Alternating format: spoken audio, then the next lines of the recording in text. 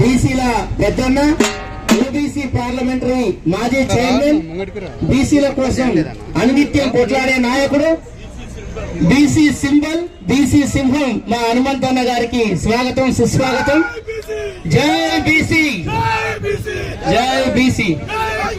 ఈరోజు ఈ బీసీల మహాధర్నా కార్యక్రమానికి నిజమైన వారియర్స్, యోధాను యోధులు మా హనుమంతరావన్న గారు, OBC parliamentary committee chairman. OBC parliamentary కమిటీని ఏర్పాటు చేసింది హనుమంతన్న గారు.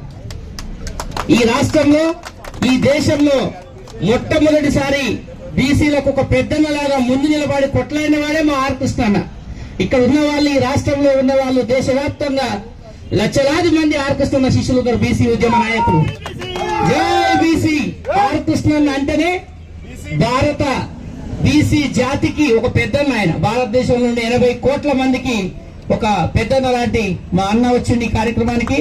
మా ఈశ్వరయ్య సారు, ఆయన బీసీ కమిషన్, జాతీయ బీసీ కమిషన్ చైర్మన్ సారు.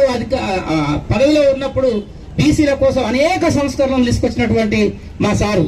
అదేవిధంగా పెద్దలు మధుసూదనాచార్యన్న అన్న, తెలంగాణ రాష్ట్రానికి మొట్టమొదటి అసెంబ్లీ స్పీకర్ అన్నగారు రావడము. అదేవిధంగా మేధావి కొండలరావు గారు, గుజ్జకృష్ణ గారు, మా ఆల రామకృష్ణ గారు, మా రమేష్ గారు, పెద్దలు డాక్టర్ వినయ్ కుమార్ గారు.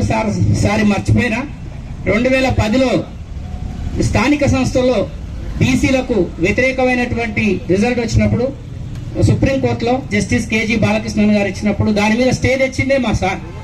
స్టే తీసుకొచ్చి 2010 నుంచి 2017 వరకు ఆ రిజర్వేషన్లను 34% కొనసాగేటట్టు సార్ చేసిండు మా డాక్టర్ గారు.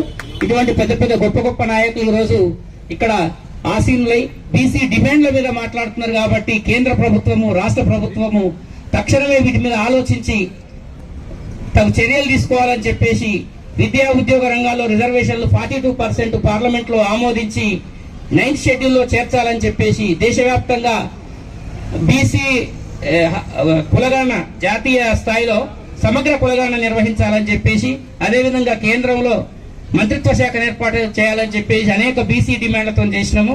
నరేంద్ర మోడీ గారు, అదేవిధంగా పార్లమెంట్ లో ఉండేటటువంటి అన్ని పార్టీలు కూడా ఆలోచించి బీసీల కోసం తగు నిర్ణయం తీసుకుని చట్టం చేయాలని చెప్పి విజ్ఞప్తి చేస్తా ఉన్నాం. ఈ కార్యక్రమంలో